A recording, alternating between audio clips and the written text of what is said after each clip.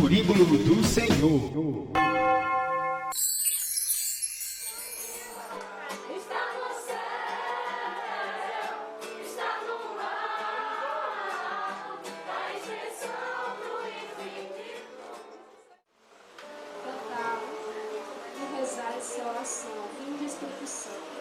Vinde, Espírito Santo, enchei os corações de vossos fiéis, acendei neles o fogo do vosso amor.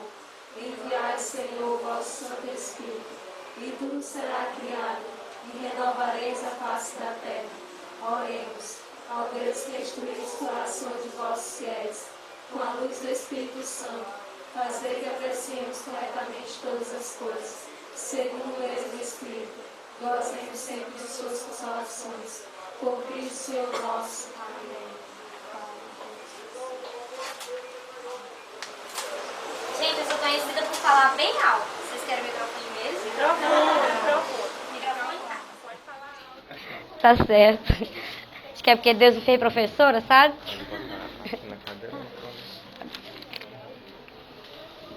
Aí, eu vou colocar só aqui o meu celular no cronômetro, porque eu também sou conhecida por falar demais. Então, quando eu vou pregar, eu ligo o cronômetro. Primeiramente, boa tarde. Boa tarde. Para quem não me conhece, né, acho que encontrei poucos... Enfim, meu nome é Meire de Fátima. Eu sou fruto de um acampamento de jovens, de um grupo de oração, que nem esse que vocês fizeram no mês de julho, lá no grupo de oração Arcanjos do Senhor, que, para a graça de Deus, o grupo de oração Arcanjos do Senhor é fruto do grupo de oração Turíbulo do Senhor. Olha onde é que a graça de Deus vai.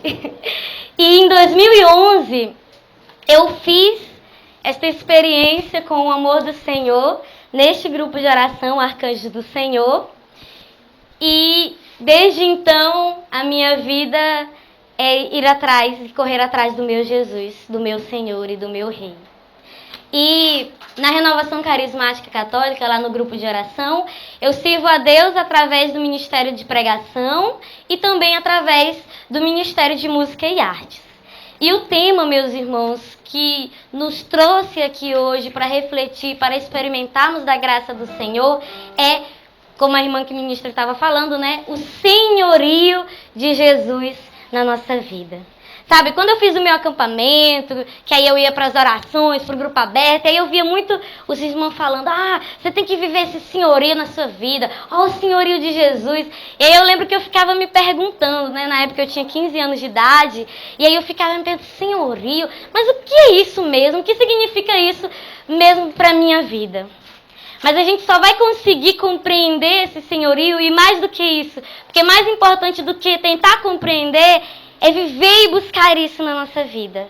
É ter em mente essa verdade que nós aprendemos desde lá do primeiro dia, do primeiro tema do seminário de vida no Espírito Santo. Quem é que lembra qual foi o primeiro tema do seminário? Semeador, né? O nosso coração precisa estar preparado para receber a palavra de Deus e frutificar. E depois? Eita, agora a mente já começa, né? Depois a gente vai falar sobre o amor de Deus, que é aquele que nos ama com um amor incomensurável. É impossível medir o amor de Deus por nós. Engraçado, eu venho lá do seminário de vida, do meu grupo de oração, e hoje foi o tema do amor de Deus, né? Não sei se é por causa do meu tamanho. Na hora que eu entrei na sala, a irmã estava pregando, ela olhou assim pra mim, pois é, gente, porque não dá pra medir o amor de Deus. Vocês acham que só porque a Meire é pequenininha, Deus vai amar ela pouco? Enfim, né? A gente não entende. Então não importa se a gente é pequeno, se a gente é grande, se é magro ou alto, o amor de Deus por nós é incomensurável. E é o que nos completa. É o que nos completa. E aí a gente caminhou mais um pouquinho. Quem é que lembra depois? O pecado, né? O pecado que é o contrário total desse amor de Deus. Enquanto o amor de Deus nos completa, nos cura, nos liberta, nos torna aquele que nós fomos criados para ser, o pecado nos separa de Deus. Nos chaga, nos fere, nos leva mesmo para a lama. Mas a boa notícia é que Jesus é o nosso Salvador. Salvador, né? Depois a gente foi ver isso. Jesus morreu na cruz para nos redimir e para nos salvar. E é preciso por parte de nós um ato de fé e conversão. Jesus morreu por mim, eu tenho que acreditar nisso. E acreditar nisso, acreditar nesse amor, acreditar que o pecado me afasta de Deus e me afasta daquilo de quem eu fui criada para ser, me faz seguir ao Senhor, me faz mudar. E mudar é aceitar aquilo que eu fui chamada para ser. E aceitar o senhorio de Jesus na minha vida. É reconhecer que, a partir do momento que Jesus me salvou, eu não pertenço mais a mim, mas eu pertenço ao Senhor.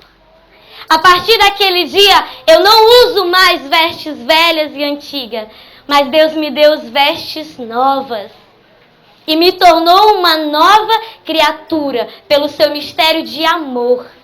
Então, reconhecendo tudo isso, eu digo: Jesus, vem governar a minha vida. Porque se tu és o meu Salvador e o meu Senhor, então tudo tem que ser dirigido por ti. Naquela época de Jesus, nós tínhamos os senhores e nós tínhamos os servos, os escravos. E os senhores era quem providenciava tudo para os seus servos. Era o Senhor que dava a casa, que dava o alimento, muitas vezes até aquele que ele iria se casar. E o servo não fazia nada que não fosse predito pelo Senhor. Se dizia, vai até lá, ele ia até lá, vem até aqui, ele ia até aqui. Então, reconhecer esse senhorio na minha vida de Jesus é dizer isso: Senhor, eu sou tua. Então, me mostra o teu caminho, porque eu quero seguir o teu caminho.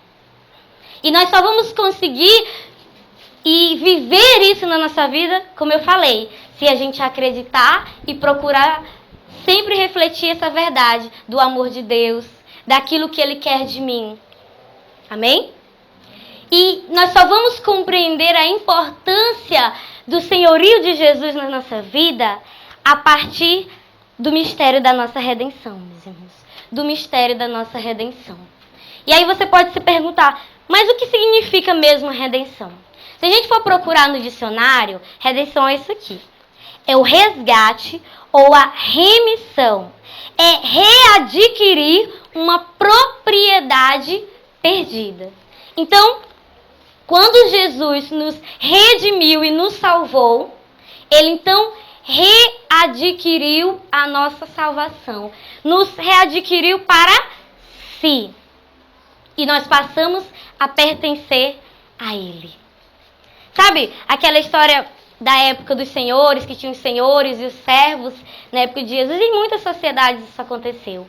Às vezes, a pessoa, ficava endividada, e aí para pagar as suas dívidas, com que ele não podia saldar, ele se tornava o quê? Escravo daquela pessoa, para poder pagar essas dívidas que ele não tinha como saldar. Mas o que acontecia? Às vezes, um parente que era mais abastado, que tinha mais dinheiro, ia lá e pagava o saldo daquele parente dele que estava sendo escravo. Pagava ali o valor, mas quando ele fazia isso, aquela pessoa, ela não deixava de ser escrava. Só que ao invés de ser escravo daquela pessoa que ele estava lá por obrigação, porque ele estava devendo para aquela pessoa, muitas vezes aquela pessoa não tratava ela bem, humilhava. Então o parente ia lá e comprava e a pessoa passava a pertencer àquele parente. Mas com uma diferença totalmente diferente. Porque se ele era o seu parente, ele iria tratar aquela pessoa bem. Ele iria o quê? Cuidar daquela pessoa, zelar por aquela pessoa. Ele não iria mais viver aquele jugo de escravidão, de derrota, de tristeza que ele estava ontem. Porque o parente dele foi lá e o redimiu, pagou a dívida que era dele. Amém? Tá dando para entender? E Jesus é o Filho do Pai, o Filho unigênito de Deus. E Ele pagou o preço da nossa salvação com o seu sangue. E a partir daquele dia, nós que antes, por causa do pecado, por causa da desobediência de Adão e Eva, tínhamos sido expulsos do paraíso, o pecado tinha entrado na humanidade e tinha feito todo o estrago que nós sabemos que o pecado faz, que nos destrói por dentro, que nos deixa mesmo assim na lama. Jesus foi lá e pagou com o seu sangue precioso. Como São Paulo vai dizer em uma das suas cartas, aquele que não tinha pecado nenhum se fez pecado para nos redimir. Porque Jesus, sendo Deus, sendo Filho de Deus, Ele nunca teve pecado. Ele veio, Ele se fez carne, Ele se fez homem e viveu em tudo a nossa humanidade. Jesus chorou quando viu Lázaro, que quando Lázaro estava morto, que ele estava na porta do túmulo de Lázaro antes de ressuscitar. Jesus chorou. Ele sentiu esses nossos sentimentos. Mas em tudo Ele viveu a nossa humanidade, menos no pecado. Porque Ele não tem pecado nenhum. Ele é o Filho de Deus, o Santo de Israel. Mas por amor a vocês, Ele disse, eu vou, Pai. Eu vou me entregar por eles. Eu vou pagar este preço. E o preço foi até a última gota do seu sangue. Porque a gente vê lá na palavra, no Evangelho, que quando Jesus ele foi crucificado, que ele expirou, o soldado vai lá e faz o quê? Mete uma lança no lado de Jesus. E o que é que jorra do lado de Jesus? Sangue e a ciência vai dizer, meus irmãos, que quando o nosso corpo do ser humano, não tem mais sangue no organismo, ou seja, quando se derrama todo o sangue, o que é que vai sair? Água. Por isso que jorrou sangue e água, porque Jesus derramou até a última gota para nos redimir do pecado. E a partir daquele dia, nós passamos a pertencer ao Senhor. Nós passamos a ter esse Senhor que é bondoso e que é cuidadoso. Amém? Você que trouxe a sua palavra, vamos abrir em 1 Pedro. 1 Pedro, capítulo 1, versículo 18.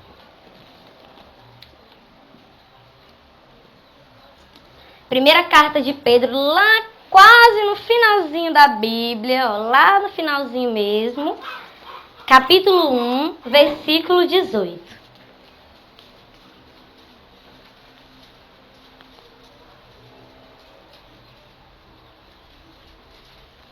Amém ou misericórdia? Tá lá no finalzinho. Fica logo depois de Hebreus. Vai passar os evangelhos, algumas cartas, Romanos, Coríntios. Depois de Hebreus. 1 Pedro, é uma carta pequena. Capítulo 1, versículo 18. Estão achando? Você que já achou, ajuda o irmão que está do lado. Amém? Vamos prestar atenção. Se você não achou isso, escuta atentamente, tá bom? Por causa do tempo. Olha o que Pedro vai nos dizer, né? Aí, capítulo 1, versículo 18. Porque vós sabeis que não é por bens perecíveis, como a prata e o ouro, que tendes sido resgatados da vossa vã maneira de viver, recebida por tradição de vossos pais, mas pelo precioso sangue de Cristo, o Cordeiro imaculado e sem defeito algum, aquele que foi predestinado antes da criação do mundo, e que nos últimos tempos foi manifestado por amor de vós. Palavra do Senhor. Não foi por ouro, não foi por prata, não foi por nada que é perecível e que se escorre pelo tempo e pelo mundo. Mas foi pelo sangue do Cordeiro imolado. que nós fomos redimidos. E aí você pode até pensar assim, mas Mary, como assim que eu fui redimido? Que eu saiba, eu sempre fui livre, sempre fui para onde eu quis, para onde eu andei. O demônio nunca teve ação sobre mim. Será, meus irmãos? Quando Jesus é levado para o deserto e o demônio aparece e começa a tentar Jesus, uma das coisas que ele oferece para Jesus, para poder, dizendo assim, olha, eu vou te dar isso, Jesus, se você me adorar. Sabe o que ele oferece? Ele oferece o mundo, as cidades. As cidades. Então, pelaquela desobediência, o pecado entrou no mundo e o demônio começou a agir no mundo querendo perder os filhos de Deus. Por quê? Porque ele sabe que o tempo dele é limitado. Que um dia Jesus ele vai retornar e nos chamar para vivermos na glória eterna. E como ele sabe que o tempo é limitado, ele tem raiva. E ele começa a agir na vida do ser humano, dos homens, tentando influenciar eles. Para quê? Para o pecado. Para se afastar. Não é que ele vai chegar e dizer aqui na sua cara e aparecer assim na sua cara. Pode acontecer, né? Mas é difícil. Na sua cara e querer mandar. Não. Ele é astuto. Ele é o enganador. Ele coloca sentimentos, tenta colocar sentimentos e desejos e usar outras pessoas. E usar outras pessoas dizendo, tem nadinha não, moça. Deixa seu namorado pegar um pouquinho mais baixo. Tem nadinha não. Ele fica colocando ideia. Tenta desviar-nos do caminho do Senhor com pequenas atitudes. Você tá para sair pro seminário de vida, aquele colega passa lá. Ei, cara, vai ter uma bola ali, ó, bora lá. Vai ser massa, vai estar aquele fulano lá que a gente não vê faz dia, a galera toda reunida, bora. Aí você fica assim, eita, mas tem um seminário. Sabe? É de maneira sutil que ele tenta agir na humanidade. Mas quando nós fomos redimidos pelo sangue do Cordeiro e ele nos chama a viver esse senhorio, ele nos dá a força suficiente para vencer todo o pecado. Lembra aquela história que eu falei que os servos só faziam o que o Senhor dizia? O Senhor dizia, vai para ali, ele ia para ali. Vai para cá, ele ia para cá. Então, quando a gente decide fazer essa experiência do senhorio de Jesus, sabendo que agora eu pertenço ao Senhor, que Ele me redimiu, que Ele me salvou, eu quero buscar Ele. Ele é o meu alvo. Amém? E então, a partir desse momento, nós passamos a ser de Deus, entregues a Deus. Mas, diferentemente do demônio, do enganador que tenta nos levar com sutilezas para o caminho do mal, tenta nos enganar, Jesus, ele nos expõe a verdade, mas ele não nos obriga a viver a verdade. Ele nos chama para ser o Senhor e diz, eu estou aqui, eu quero te ajudar, eu quero te auxiliar, eu quero te mostrar o caminho que leva ao céu. Porque Jesus ele já vai dizer na sua palavra lá em João, quando ele está quase para se entregar na cruz, ele chega para os seus discípulos e diz, olha, eu vou preparar uma morada para você no céu. Eu estou indo na frente preparar o seu lugarzinho no céu. Então o nosso lugar está lá, no céu. Mas é uma viagem que nós precisamos fazer. Nós estamos aqui na terra de passagem. E nós temos que seguir pelo caminho que leva ao céu. E quem melhor vai saber me levar para o caminho que leva ao céu, que leva a Jesus, do que o próprio caminho? Não foi ele que disse? Eu sou o caminho, a verdade e a vida. Então, quando eu reconheço Jesus como meu Senhor, ele então vai me conduzindo e me mostrando esse caminho que vai me levar à morada que ele já preparou para mim, lá no céu. Olha que coisa maravilhosa. Mas é algo voluntário. Sabe, lá no livro de Êxodo tem uma passagem que vai falando sobre as leis, o povo de Deus, e que fala que se uma pessoa ficar endividada, né, e quiser, por exemplo, eu estou devendo R$1.000 para você, e aí para saldar isso eu vou ser seu escravo por 5 anos, vou trabalhar, fazer trabalhos em casa, no que você precisar, por 5 anos para saldar essa dívida. E aí, se no percurso desse período a pessoa tá lá, tá trabalhando, né? E aí dos servos desse senhor, ele se apaixona, né? Diz, olha, quero ter essa mulher por esposa. Aí ele se casa e tem filhos. E aí quando termina aqueles 5 anos, ele pode fazer a escolha. Se ele vai querer ir mesmo e seguir a vida dele, ou se ele quer continuar ali na casa daquele senhor. E aí, se aquele senhor for um senhor bondoso, a maioria das pessoas fazem o quê? Não, eu quero pertencer a você por toda a minha vida. Porque aqui eu tenho a minha mulher, eu tenho meus amigos, você providencia um lar para mim, você cuida de mim, eu quero fazer isso.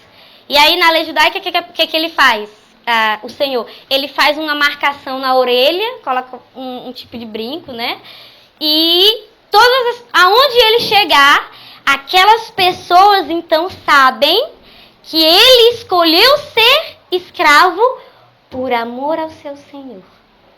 E quando nós vivemos esse senhorio de Jesus na nossa vida, o Senhor nos dá vestes novas no sentido de uma cara nova, de palavras novas, de mudanças na nossa vida, de renúncias que nós começamos a fazer por amor a Ele, que aonde a gente chega, as pessoas olham, veem um brilho diferente no seu olho.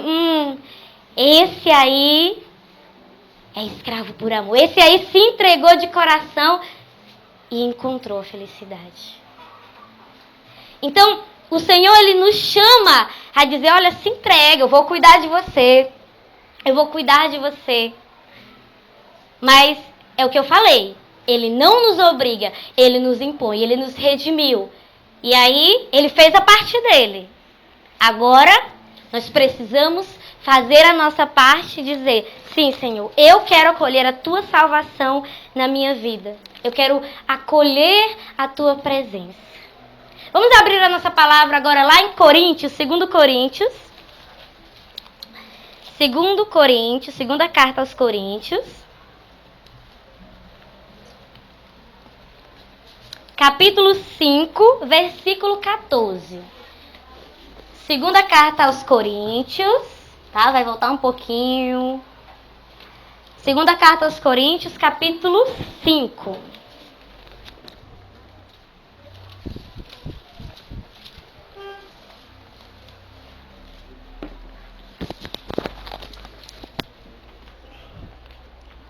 Amém? Segunda carta aos Coríntios, capítulo 5, versículo 14. Amém? Vamos escutar atentamente, tá? Se você não achou, mas tenta acompanhar, por causa do tempo aí.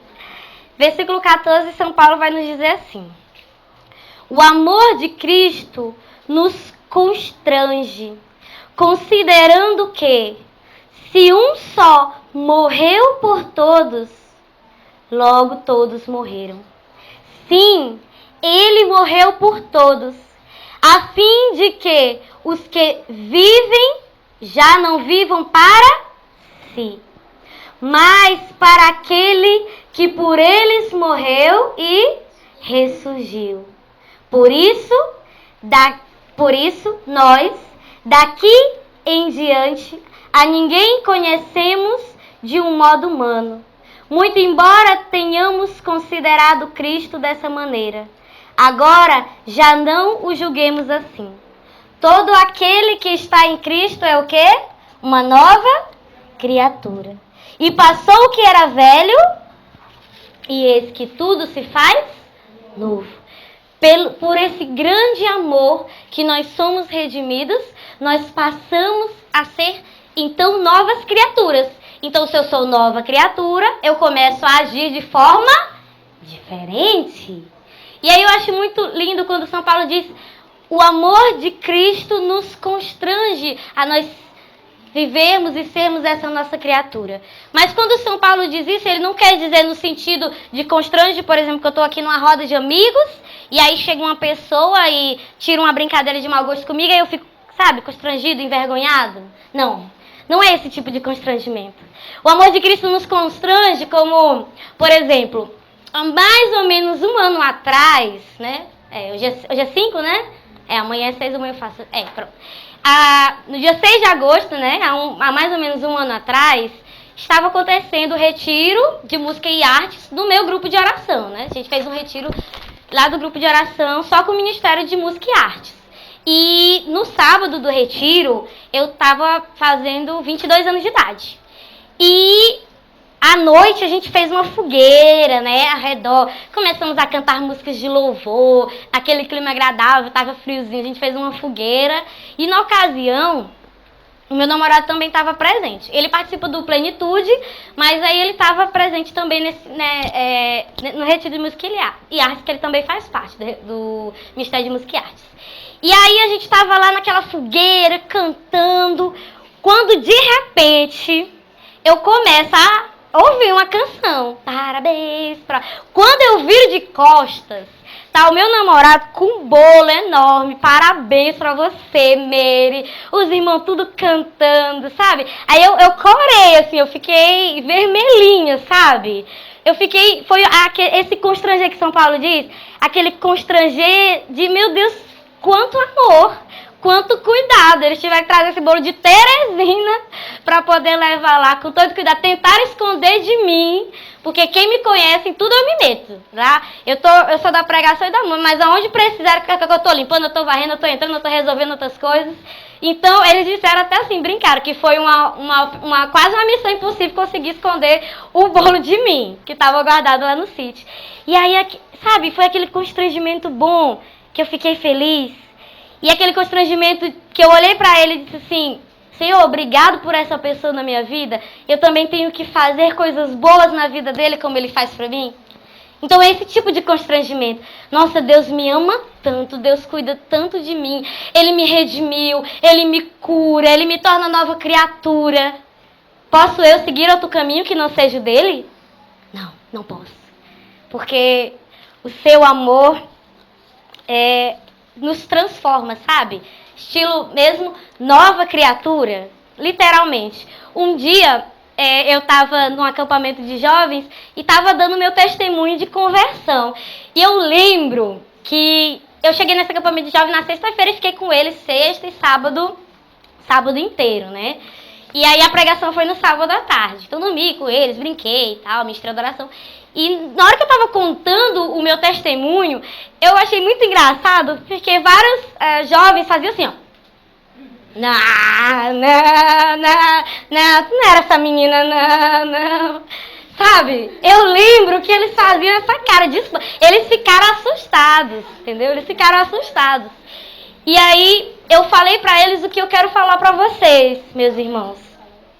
Que quando a gente faz essa experiência e deixa Jesus entrar na nossa vida, deixa Jesus entrar na nossa casa e deixa Jesus transformar, porque quando a gente reconhece esse senhorio de Jesus na nossa vida, Ele transforma tudo aquilo que não estava sendo de acordo com a vontade dEle na nossa vida. E aí Ele me transformou de tal maneira que Ele mudou as minhas vestes, Ele mudou a minha face, Ele mudou o meu sorriso. E hoje eu sou uma nova criatura, pela honra e glória de Deus. E da mesma forma Ele chama cada um de nós a sermos novas criaturas. Se antes irreconhecíveis por causa do pecado, das tristezas, das chagas, das feridas, hoje novas criaturas. Criaturas conduzidas por Ele, que Ele cuida. E é um amor maravilhoso. E a partir disso, meus irmãos, se eu quero isso, se eu sou nova criatura, eu aceitei Jesus, eu quero viver tudo que você quer de mim, então eu também tenho que começar a viver as renúncias. Porque eu não falei, né? Jesus entra, então se eu aceito Jesus como meu Senhor, eu tenho que deixar que Ele mude as áreas da minha vida que não condiziam com a verdade e com a vontade dEle. Ou seja, renunciar aos pecados do dia a dia. Renunciar ao homem e à mulher velha para me tornar nova criatura em Jesus Cristo. Renunciar práticas que para o mundo são tão normais, mas que entristecem o coração de Deus. E por que entristecem o coração de Deus? Porque o pecado nos afasta dele e nos leva para a perdição. E porque Deus nos ama, Ele quer para nós a sua salvação. opção. Mas a escolha é nossa, porque Ele não nos obriga. Ele não nos obriga. E por isso, meus irmãos, nós temos que fazer esta escolha. Nós temos que começar a refletir.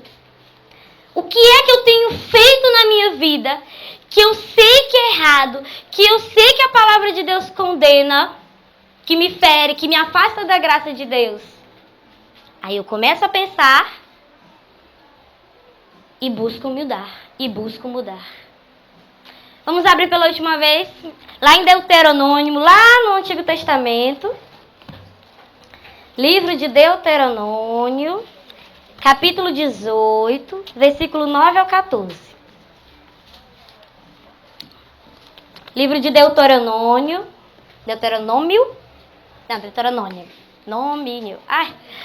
Livro de Deuteronômio. Pronto, saiu. Capítulo 18, versículo 9, tá bom? Irmãos, por causa do tempo, se você ainda não achou, mas acompanhe aqui, tá? A gente tá, né? Eu tenho que dar uma encerradinha. Falei que eu falo demais. Capítulo 18, versículo 9. Quando tiveres entrado na terra que o Senhor teu Deus te dá, não te porás a imitar as práticas abomináveis da gente daquela terra. Não se ache no meio de ti quem faça passar pelo fogo seu filho ou sua filha, nem quem se dê à adivinhação, à astrologia, aos agouros, ao feiticismo, à magia, ao espiritismo ou à invocação dos mortos. Porque o Senhor teu Deus abomina aqueles que se dão a estas práticas. E é por causa dessas abominações que o Senhor teu Deus expulsa diante de ti estas nações. Serás inteiramente do Senhor teu Deus. As nações que vais despojar ouvem os agoreiros e os adivinhos. A ti, porém, o Senhor teu Deus não permite. O Senhor teu Deus não permite. Palavra do Senhor.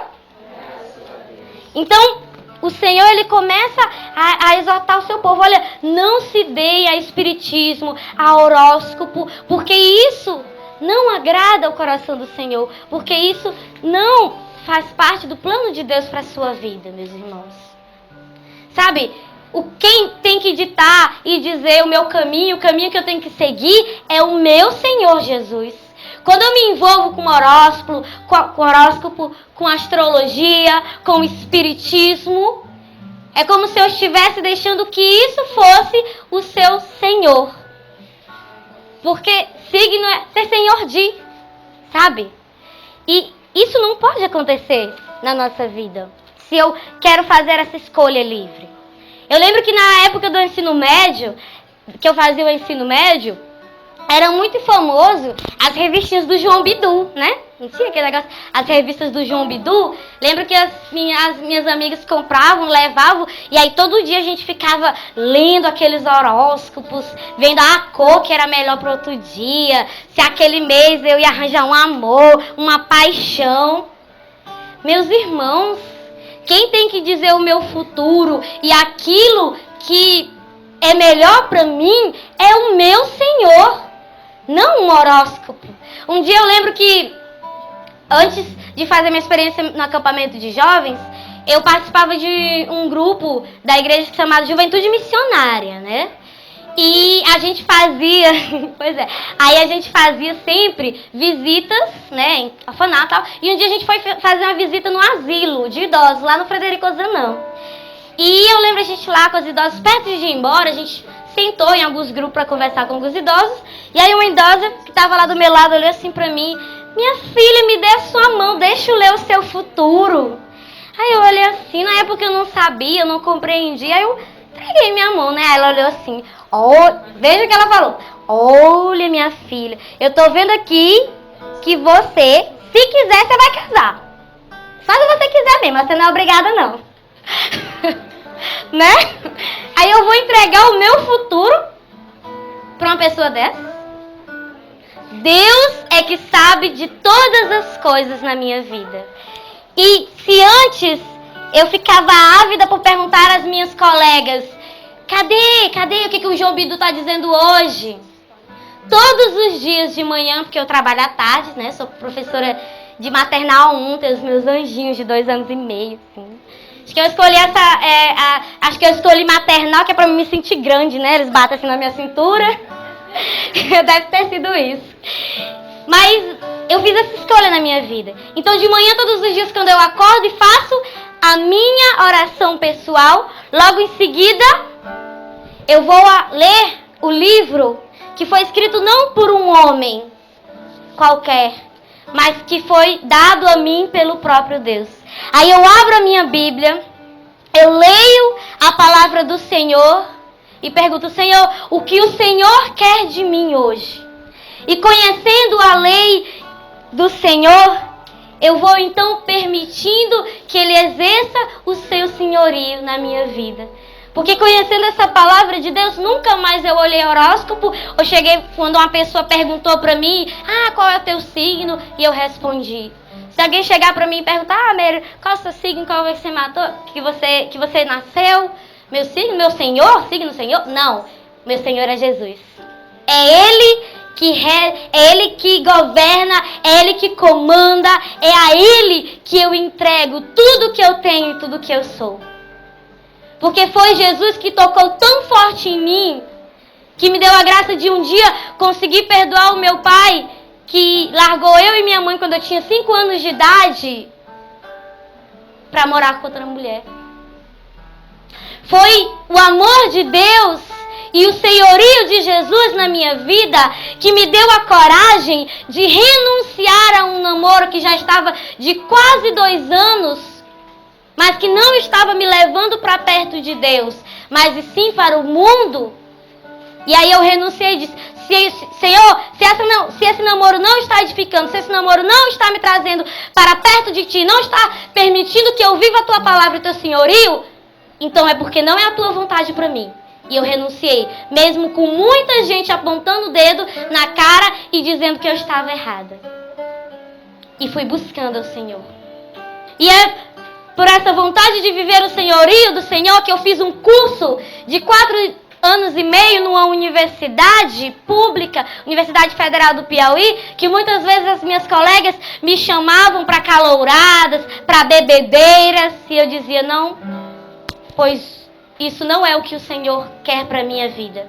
E no outro dia eu só ouvia os comentários das dores de cabeça da ressaca do outro dia, de mulheres que passavam uma noite com homens e no outro dia nem sabia quem era.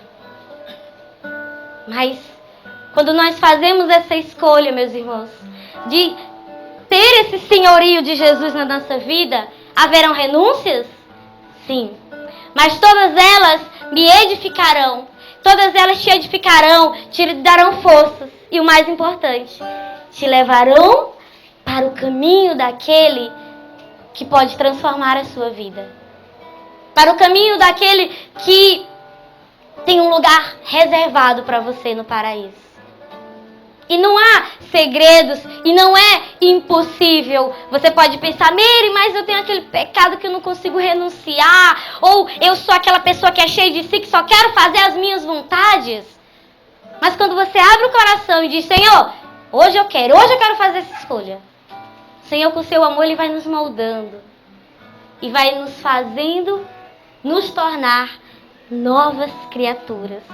A tal ponto que as outras pessoas te olham e dizem, nossa, não é mais aquela pessoa que era antes.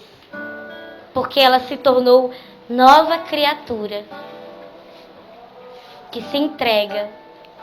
E eu digo para vocês, meus irmãos, eu precisei renunciar. E sei que vou precisar fazer outras renúncias em trabalhos, em outros momentos, para viver aquilo que Jesus quer para a minha vida, para viver a sua palavra. Mas nunca passou o arrependimento no meu coração. Porque todos os dias é o senhorio de Jesus na minha vida que me mantém de pé, que me mantém viva, que me faz compreender que eu sou uma pessoa querida, que eu sou uma pessoa amada. E que por mais que as pessoas apontem no dedo e julguem e digam, olha, no meu trabalho, no dia do plantão, as professoras estavam dizendo, com certeza, você é uma das 2 únicas professoras virgens da escola, não tenho dúvida nenhuma. Não sou de deboche, mas no meu coração eu sei, isso para mim não é motivo de deboche, isso para mim é motivo de alegria. E eu digo, mesmo se o Senhor não tivesse me dado a graça, para você que está aqui, que talvez não seja mais virgem, se entristeceu com o que eu falei, mesmo que o Senhor não tivesse me dado a graça de ter me chamado tão cedo, e eu tivesse experimentado outras coisas, que eu vejo o testemunho de meus irmãos que chegaram a experimentar drogas, bebidas, mas quando o Senhor nos torna novas criaturas, todo o nosso passado fica apagado. O importante agora é daqui para o céu. De hoje para a eternidade. Amém? Então se você deseja isso, fique de pé, meus irmãos. Deixa a tua palavra aí em cima. Fica assim, o mais confortável possível que você puder.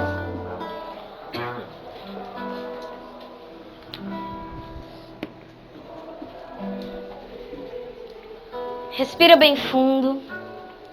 E eu quero te convidar, se você também deseja fazer essa experiência. Feche os teus olhos nesse momento. Se você não consegue fechar os olhos, mas inclina a sua cabeça.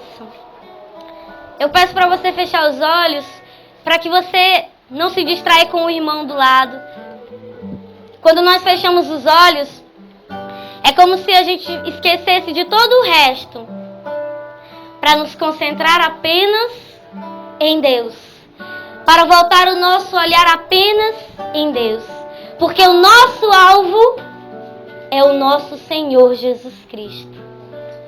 E no momento que você faz essa escolha do senhorio, meu irmão, é justamente isso, é buscar a todo momento a Jesus.